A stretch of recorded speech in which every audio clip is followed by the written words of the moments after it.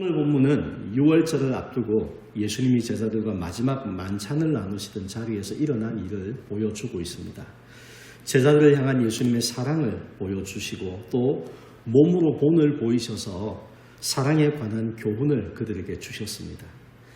예수님은 좀 있으면 세상을 떠나십니다. 그래서 세상을 떠나신 뒤에 남게 될 제자들을 붙들어 주시려는 마음도 있고 또 그들이 이 땅에서 온전한 제자의 삶을 살아가도록 가르치시는 주님의 마음도 볼 수가 있습니다.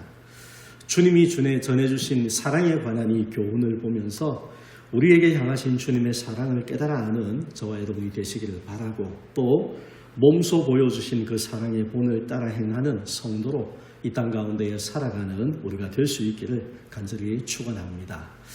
사랑에 관한 교훈 첫 번째는 끝까지 사랑하심을 믿어야 합니다. 한번 읽어봅시다. 끝까지 사랑하심을 믿자. 자, 1절 말씀입니다. 6월절 전에 예수께서 자기가 세상을 떠나 아버지께로 돌아가실 때가 이른 줄 아시고 세상에 있는 자기 사람들을 사랑하시되 끝까지 사랑하시니라. 오늘 말씀에 6월절 전에 그랬습니다. 이 6월절은 어떤 6월절입니까? 예수님이 세상에서 십자가의 고난을 당하시고 돌아가시던 바로 그때 이 땅에서 이제 예수님이 곧 만나게 될 마지막 6월절, 성경에 예수님의 때에 기록된 마지막 6월절을 이야기하는 겁니다. 그런데 예수님은 이 마지막 시간이 다가오고 있다는 것을 아셨습니다. 그래서 세상을 떠나서 아버지께로 돌아갈 때가 가까워졌기 때문에 떠나신 후에 세상에 남겨질 자기 사람들, 예수님을 믿는 사람들, 여기서는 제자들이죠. 그들을 생각하셨다. 그렇게 말씀하고 있습니다. 떠난 후에 남겨질 그들을 생각하고 그들을 위해서 배려하시려는 주님의 그 깊은 사랑을 이 말씀 속에서 볼 수가 있습니다. 그런데 표현하기를 끝까지 사랑하시니라 이렇게 말씀을 하고 있습니다. 여러분 끝까지 하면 보통은 우리가 시간적인 부분을 생각합니다. 끝나지 않고 마지막 순간까지 계속되는 어떤 그런 의미를 생각해 볼 수 있습니다. 이 말 자체에 그런 의미가 담겨 있습니다. 마지막 순간까지 그런 뜻도 있고 최선을 다해 라는 뜻도 있고 완전하고도 영원하게 이런 의미도 담겨 있는 단어입니다. 그래서 끝까지 사랑하셨다라는 이 말을 통해서 제자들을 향한 주님의 사랑이 부족함도 없고 다함이 없고 완전한 사랑이었다. 이런 것을 나타내 보여주고 있습니다. 요한 1서 4장 10절 말씀을 보면 끝까지 사랑하시는 하나님의 사랑, 극한의 사랑이라고 말할 수 있는 그 사랑이 무엇인가 우리에게 보여주십니다. 같이 한번 읽어봅시다. 사랑은 여기 있으니 우리가 하나님을 사랑한 것이 아니요 하나님이 우리를 사랑하사 우리 죄를 속하기 위하여 화목제물로 그 아들을 보내셨음이라. 여러분 이 말씀 속에 최고의 사랑이 있습니다. 무엇입니까? 사랑은 여기 있으니 무엇이라고요? 화목제물로 그 아들을 보내신 것이 최고의 사랑입니다. 원래 우리는 어떤 존재였는지 생각을 해봐야 됩니다. 우리는 하나님을 사랑할 자격도 없는 죄인이고 하나님을 사랑하는 의지도 없는 그런 존재였습니다. 하나님을 거역하고 대적하는 원수로 살고 있었습니다. 그런데 그때에 하나님이 그런 인생들을 위해서 최고의 사랑을 나타내셨습니다. 그 사랑이 무엇이라고요? 화목제물로 아들을 보내신 것이다. 그렇게 말씀하고 있습니다. 죄인인 우리 죄를 씻어주시고 구원해내기 위해서 독생자 예수님을 보내주신 것이 극한의 사랑이고 최고의 사랑이라는 겁니다. 여러분 이런 사랑을 하나님은 이미 우리에게 주셨습니다. 다 보여주셨습니다. 최고의 사랑 줄 수 있는 끝까지의 마지막 사랑을 다 보여주신 하나님이시기 때문에 그런 사랑을 이미 받은 우리는 언제나 하나님의 사랑을 믿고 살아갈 수 있어야 된다는 거죠. 내게 보여줄 수 있는 전부를 다 보여주셨는데 근데 나의 상황 때문에 내가 하나님의 사랑을 의심한다. 하나님이 나를 사랑하시지 않는가? 이렇게 생각한다는 것은 우리가 크게 잘못하고 있는 것이라는 말입니다. 예수님이 끝까지 사랑하시는 그 마음 속에서 예수님이 떠나고 남겨질 제자들을 생각해서 그들을 좀 견고하게 붙들어 주시려는 그런 애틋한 마음이 느껴집니다. 그들의 약함을 아시기 때문이죠. 내가 함께 있어도 이런데 내가 없으면 눈에 보이지 않으면 과연 그들이 어떻게 될까? 이 마음이 왜 안 들었겠습니까? 그래서 그들을 조금이라도 더 붙들어 주시려는 그 마음을 담고 있는데 이렇게 제자들을 향한 이 마음은 오늘 이 땅을 살아가는 우리 성도들을 향하신 마음이기도 합니다. 하나님은 우리가 이 땅 가운데에 살아가는 그 곤고한 모습들, 연약한 모습들을 보면서 얼마나 애틋한 마음을 가지시는지 모릅니다. 성경은 이러한 하나님의 사랑이 항상 우리를 향하고 있다. 이것을 잊지 말고 그 사랑을 믿고 의지하고 살 것을 권면합니다. 우리 로마서 8장 35절 말씀을 보겠습니다. 누가 우리를 그리스도의 사랑에서 끊으리요? 환난이나 곤고나 박해나 기근이나 적신이나 위험이나 칼이야. 어떤 것이 우리의 삶 가운데에 와도 그 무엇도 우리에게 향하신 주님의 사랑을 끊을 수 없다.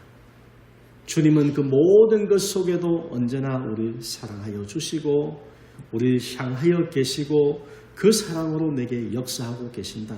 다만 내 마음에서부터 하나님을 내가 의심하든지 내 마음의 믿음이 떨어지든지 우리가 그 사랑을 잊어버리는 이런 일들이 인생들 가운데 생겨나는 겁니다. 사랑하는 성도 여러분, 최고의 사랑, 완전한 사랑을 다 보여주신 하나님을 여러분 믿으시기를 바랍니다. 언제요? 우리가 살아가는 삶에 나의 삶 속에 내가 연약함에 처할 때, 내 삶 가운데의 어려움들이 찾아왔을 때, 그때에 주님의 사랑을 의심하지 말고 여러분 주님의 사랑이 항상 내게 함께 하시고 우리의 생각보다 더 뛰어나게 역사하신다. 이 사실을 믿고 살아가자는 것입니다. 나를 위해서 십자가에 자기 아들을 보내주신 하나님이 어떻게 우리를 잊으시겠습니까? 자신의 모든 것을 다 주신 하나님이신데 어떻게 우리를 잊을 수가 있겠습니까?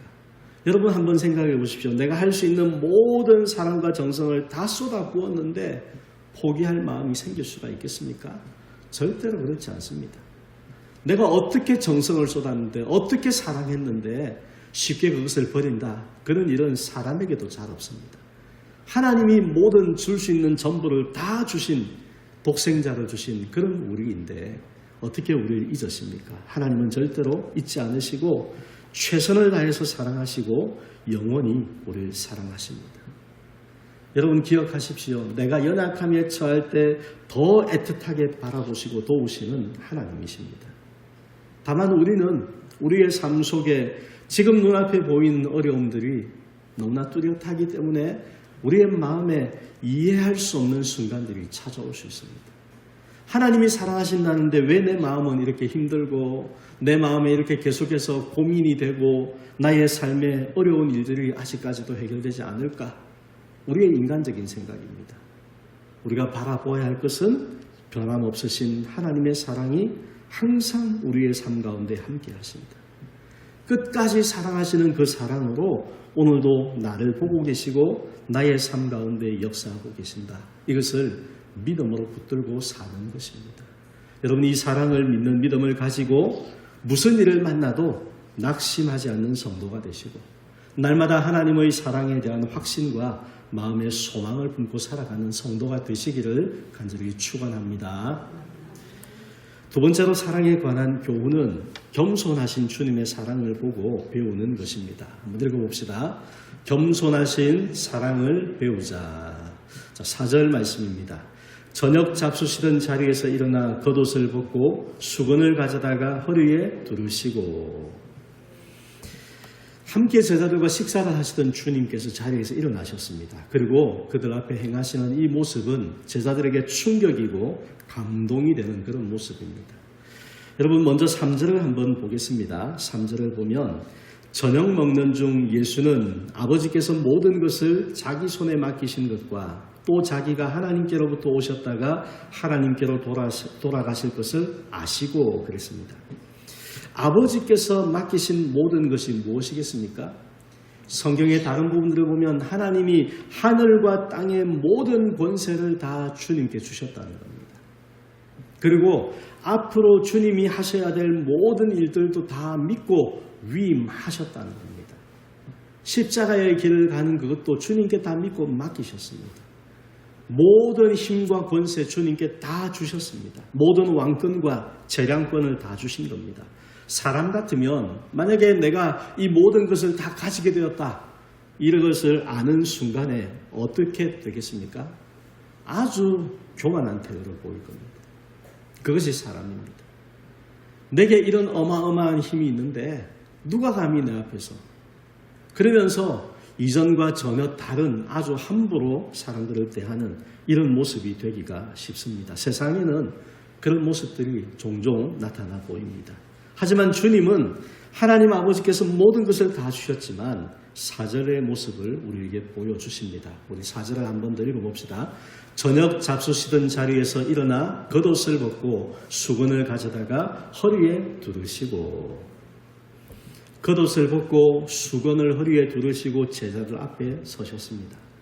그 당시에 여러분이 발을 씻기는 일은 가장 미천한 종이 하는 일이었고, 그것도 그들에게 억지로 강요할 수 없는 정도의 그런 험한 일이었다라고 이야기를 합니다. 그런데 지금 주님은 스스로 하늘과 땅의 모든 권세를 받으신 주님께서 스스로 허리에 수건을 두르시고 스스로 미천한 종의 모습을 취하고 계신 겁니다. 겉옷까지 벗으셨다고 했죠. 요즘 여러분 세상의 사람들, 나름대로 지위가 있고 높은 사람들이 하는 모습들을 보십시오. 어떻게 합니까? 그냥 하는 신용만 하죠. 사진 찍기 위해서, 영상으로 촬영해서 뉴스에 내보내기 위해서 그 정도만 하는 것이 세상의 일반적인 모습들입니다. 그런데 주님은 겉옷을 벗으셨습니다. 이게 무슨 뜻이겠습니까? 여러분 설거지를 열심히 하는데 막 거추장스럽게 이렇게 할 수 있습니까? 없죠. 진심으로 하려고 하면 거추장스러운 것은 벗어버려야죠. 지금 그런 모습을 주님께서 보여주시는 겁니다. 진심으로 그들의 발을 씻어주시는 겁니다. 이것이 주님의 마음입니다. 너무나 감동적인 그런 모습입니다. 그런데 한편으로는 아주 충격적인 모습입니다. 왜냐하면 얼마 전까지만 해도 제자들은 서로 다투고 있었습니다. 누가 크냐, 이것이 주제였습니다. 제자들이 한 3년 정도 예수님을 따르면서 그들의 관심이 언제나 여기에 있었습니다. 누가 더 크게 되고 누가 더 큰 자리에 오르게 되고 누가 더 많은 보상을 받게 될까?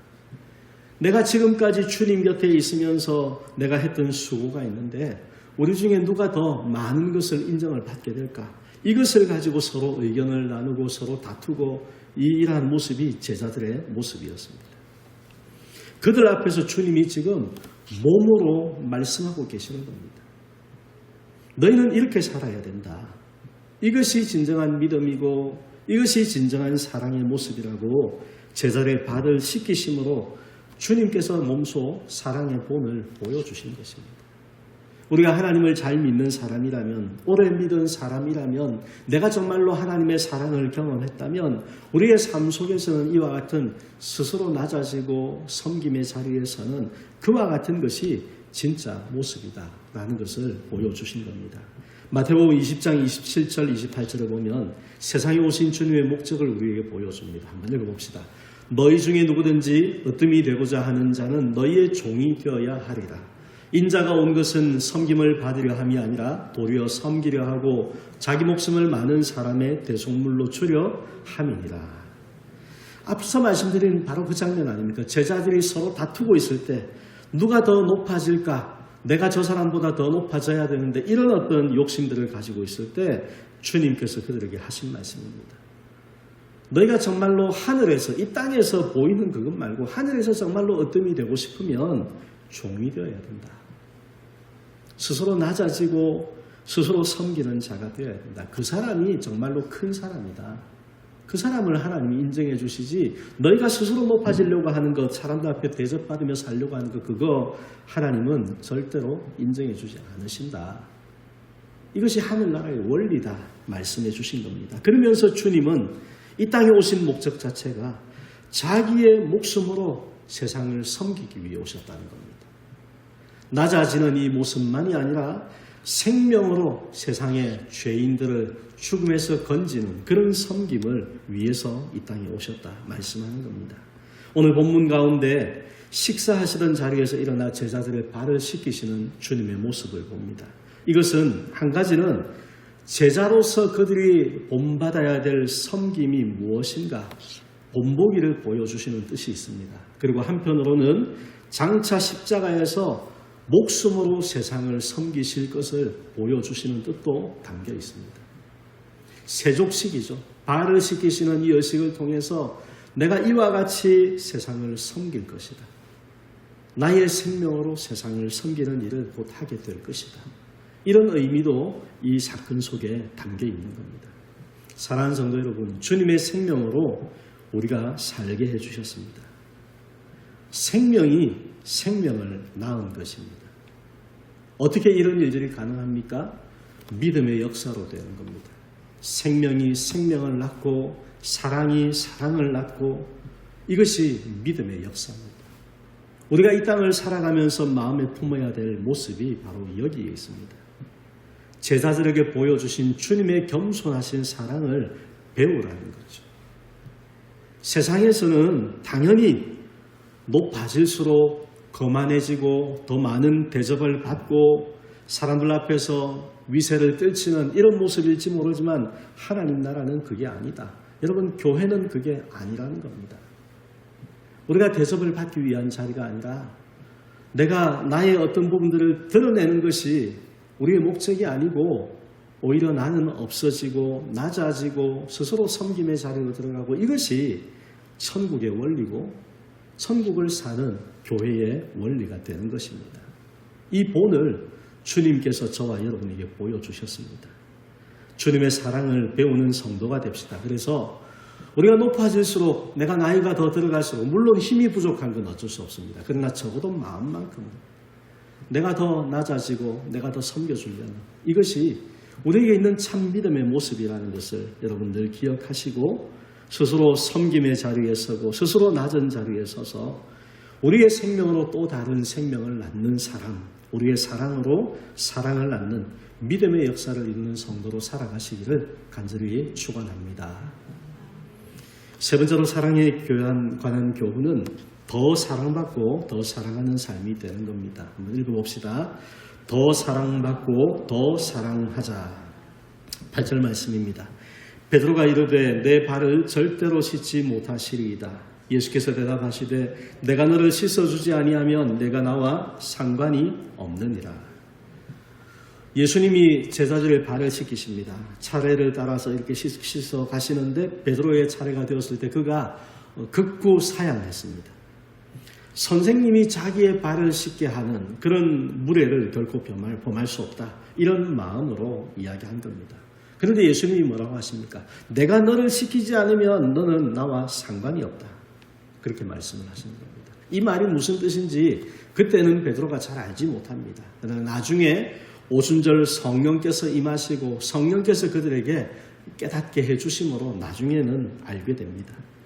그런데 예수님의 이러한 말씀을 듣고 나서 그가 마음 가운데에 자신의 손과 머리까지 다 씻어달라 이렇게 간청을 하게 됩니다. 우리가 여기서 생각해 볼 것이 있습니다. 발을 씻는 것이 무엇을 보여주는 의미가 있다고 했습니까? 주님의 십자가 대속을 보여주는 의미가 있다고 했습니다. 그래서 예수님의 말씀에 내가 너를 씻기지 않으면 나와 상관이 없다 이 말씀이 이해가 됩니다. 주님의 보혈로 죄 씻음을 받지 않으면 그 사람은 주님과 관계가 없는 사람이라는 거죠. 그래서 씻음을 받아야 된다. 이 말씀을 지금 베드로에게 하시는 겁니다. 자, 베드로가 나의 손과 머리까지 씻어달라 할 때 주님이 10절에서 말씀을 해주시는데 예수께서 이르시되 이미 목욕한 자는 발밖에 씻을 필요가 없느니라. 온몸이 깨끗하니라. 너희가 깨끗하나 다는 아니니라 하시니 그랬습니다. 여기 이미 목욕한 자라는 표현이 나옵니다. 여기서는 이미 목욕했다라는 것은 예수님을 믿고 예수님을 마음에 영접한 사람, 물이라는 의미를 생각해 본다면 믿음으로 세례받은 사람, 그런 의미를 생각해 볼 수가 있습니다.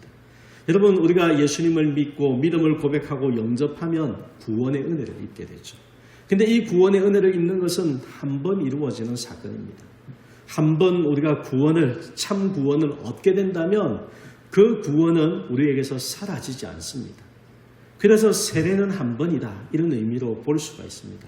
예수님을 마음에 영접하는 것은 한 번으로 영원을 얻는 그런 결과가 되는 겁니다. 성도는 그와 같은 사람들인 거죠. 그래서 다시 목욕할 필요는 없습니다. 이미 하나님을 믿고 영접하여 구원을 받았다는 겁니다. 그러나 그와 같은 사람들도 발은 씻어야 된다는 겁니다. 무슨 말입니까? 주님의 은혜로 구원을 받은 백성이 되었지만 우리가 살아가는 삶 속에 일어나는 크고 작은 잘못에 대해서는 계속해서 회개의 삶을 살아가야 한다는 거죠. 회개하지 않으면 우리에게는 참 믿음이 없는 것으로 봐야 됩니다. 믿음이 있고 구원을 얻은 백성이라면 계속적으로 회개하게 되어 있습니다. 그래서 그때마다 씻으시는 은혜를 입으며 살아가는 삶이 되는데 그러해야 한다는 것을 우리에게 말씀해 주고 있는 겁니다. 회개하는 삶을 통해 우리는 하나님의 용서의 은혜를 입게 됩니다. 하나님의 사랑, 하나님의 은혜를 공급받는 삶을 살아가게 되는 겁니다. 여러분, 우리는 이 땅을 살아가는 동안 평생토록 하나님의 사랑과 은혜를 받으며 사는 사람이 되어야 합니다. 바꾸어 말하면 우리의 삶 가운데의 모든 일들에 대해서 계속하여 회개가 필요한 삶을 살아가야 한다는 거죠. 잘못이 있으면 회개하는 삶을 살아야 된다는 겁니다. 하나님의 사랑을 구해야 되고 은혜를 구해야 되고 회개해야 되고 그래서 그 사랑과 은혜를 계속해서 공급받는 삶을 마땅히 살아야 한다는 겁니다. 회개를 통해서 우리가 경험할 수 있는 것이 무엇이 있겠습니까? 나 자신의 연약함을 깨닫고 겸손해질 수 있습니다. 회개하지 않는 사람은 그가 뭐라고 말하든지 간에 그 사람은 교만하는 사람입니다. 교만해질 수밖에 없습니다. 그러나 우리가 회개를 하게 되면 회개를 통해서 나의 연약함을 진정으로 알게 되고 그 속에서 스스로 겸손해지는 그런 삶으로 되게 되는 겁니다. 그리고 나를 용납해 주시고 다시 받아주시는 하나님의 크고 놀라우신 사랑을 경험할 수 있게 되는 겁니다. 그래서 우리에게 회개가 중요한 겁니다. 여러분, 이러한 경험이 우리의 삶 가운데 있을 때 어떤 역사가 일어나겠습니까? 내가 하나님의 사랑과 하나님의 용서의 은혜를 경험하며 살 때 나도 다른 사람을 사랑할 수 있게 되고 다른 사람을 용납할 수 있는 사람이 되는 겁니다. 나의 부족함을 깨닫고 하나님의 은혜로 용납함을 받는 사람이 다른 사람을 용납해 줄 수가 있습니다. 내가 그 은혜를 알지 못하면 다른 사람에게 대해서 우리는 무정한 삶을 되기 쉽습니다. 은혜를 경험하지 못하기 때문에 용서받아보지 못했기 때문에 그 사랑의 깊이를 내가 경험하지 못하고 있기 때문에 메말라가게 되는 겁니다. 그래서 우리에게는 계속해서 이와 같은 사랑과 용서의 은혜를 경험하며 사는 삶이 필수적입니다. 예수님이 시몬이라는 바리새인의 집에 가신 적이 있었습니다. 그런데 이 시몬은 예수님을 자기 집에 초대해 놓고도 발 씻을 물도 주지 않았습니다. 그때 그곳에 죄 많은 한 여인이 와서 자신의 눈물로 예수님의 발을 적시고 머리털로 예수님 발을 닦습니다. 이 바리새인이 죄인이 예수님을 만지는데도 가만히 두시는 그 모습을 못마땅하게 여기고 있었습니다. 그때 주님이 그에게 말씀하십니다. 두 사람이 있는데 한 사람은 500데나리온에 빚을 졌고 한 사람은 50데나리온에 빚을 졌다. 그런데 둘 다 갚을 것이 없어서 주인이 두 사람 다 빚을 면제해 주었다면 둘 중에 누가 주인을 더 사랑하겠느냐 그렇게 물으셨습니다.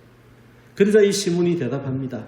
더 많은 빚을 면제받은 사람일 것 같습니다. 이렇게 대답을 하는 겁니다. 그때 주님께서 그에게 하신 말씀이 누가복음 7장 44절에서 47절입니다. 좀 길지만 우리 한번 천천히 읽어보십시다. 그 여자를 돌아보시며 시몬에게 이르시되 이 여자를 보느냐 내가 내 집에 들어올 때 너는 내게 발 씻을 물도 주지 아니하였으되 이 여자는 눈물로 내 발을 적시고 그 머리털로 닦았으며 너는 내게 입맞추지 아니하였으되 그는 내가 들어올 때로부터 내 발에 입맞추기를 그치지 아니하였으며 너는 내 머리에 감람류도 붓지 아니하였으되 그는 향유를 내 발에 부었느니라. 이러므로 내가 내게 말하노니 그의 많은 죄가 사하여졌도다. 이는 그의 사랑함이 많음이라.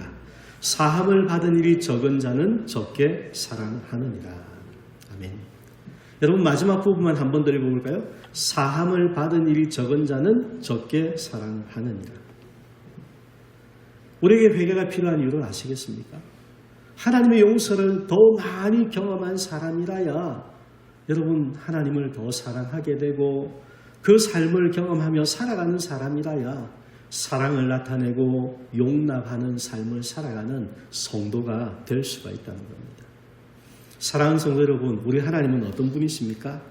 오늘 주님께서 끝까지 사랑하시는 모습을 보여주신 것처럼 놀라운 사랑의 하나님이십니다. 한없는 은혜의 하나님이십니다. 하나님의 그 사랑과 은혜를 경험하면서 살아가는 성도가 되시기를 바랍니다. 내가 더 사랑받을수록 더 사랑하는 사람으로 살아갈 수 있습니다. 바꾸어 말하면 하나님의 사랑과 은혜를 경험하지 못하면 우리는 사랑할 수 없고 은혜를 베풀 수 없는 사람이 될 수밖에 없습니다. 하나님과 나와의 관계가 나와 이웃과의 관계를 결정짓는 겁니다. 우리가 이 땅 가운데의 교회로 살아갑니다. 하나님 믿는 성도의 삶을 살아갑니다. 주님이 주시는 선한 열매들을 기대하고 바라보며 살아갑니다. 그런데 그 결과가 우리에게 임하기 위해서는 하나님과의 관계에 집중을 해야 됩니다. 하나님의 사랑과 은혜를 경험하는 삶을 살아야 되는 거죠.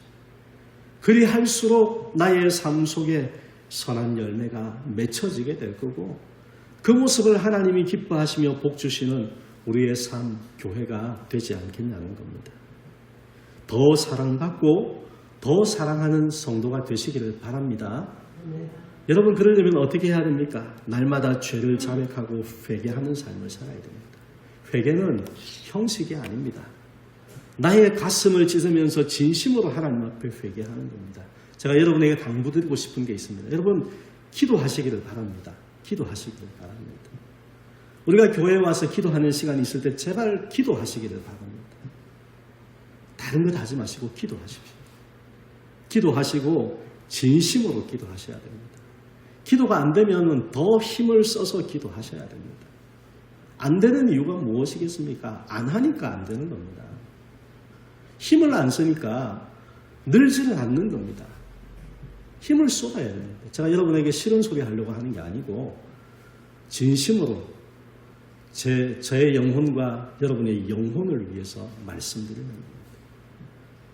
기도하지 않고 우리는 하나님의 은혜를 경험할 수 없고 사랑을 경험할 수 없습니다. 진심으로 예배하지 않으면 하나님의 놀라우심을 우리는 알 수가 없습니다. 신앙생활은 그와 같은 일들을 할 수 있는 하나님이 주신 은혜의 때 기회의 시간들입니다. 이 시간들을 허투루 보낸다면 우리의 삶 가운데는 너무나 많은 후회가 쌓이게 될 겁니다. 우리의 구원은 좋습니다. 선한 말과 선한 행동으로 좋은 열매 맺는 교회 되자. 여러분, 근데 구원을 거쳐서는 안 되는 것 아닙니까? 내가 진심으로 주님 앞에 나가고 예배하고 주님 앞에 회개하고 진심으로 하나님을 경험하는 삶을, 사랑을 경험하고 은혜를 경험하고 용서를 경험하고 그렇게 사는 사람이 될 때 우리의 삶을 통해서 세상이 하나님을 볼 수가 있죠. 이 교회가 하나님을 전하는 교회가 될 수가 있는 것 아닙니까? 다시 한번 말씀드리지만 싫은 소리 하려고 하는 거 아닙니다. 살아나자는 겁니다. 저도 살고 여러분도 살고 우리 교회도 살고 하나님이 역사하시는, 기뻐하시며 역사하시는 그런 삶을 여러분 이 땅에서 우리가 바라봐야 될 게 그것 아닙니까? 다만 건강만 바라보고 다만 경제적인 여유만 바라보고 그게 우리의 삶의 목적이 되어서는 안 되는 것 아닙니까? 주님을 바라보고 정말로 주님을 경험하는 이것이 여러분 평생의 목적이 되시고 부디 이 한 주간의 삶 속에서 경험하실 수 있는 성도가 되시고 더 많이 사랑받고 더 많이 살아가는 삶을 살아가는 저와 여러분이 되시기를, 우리 교회가 되시기를 주님의 이름으로 간절히 축복합니다.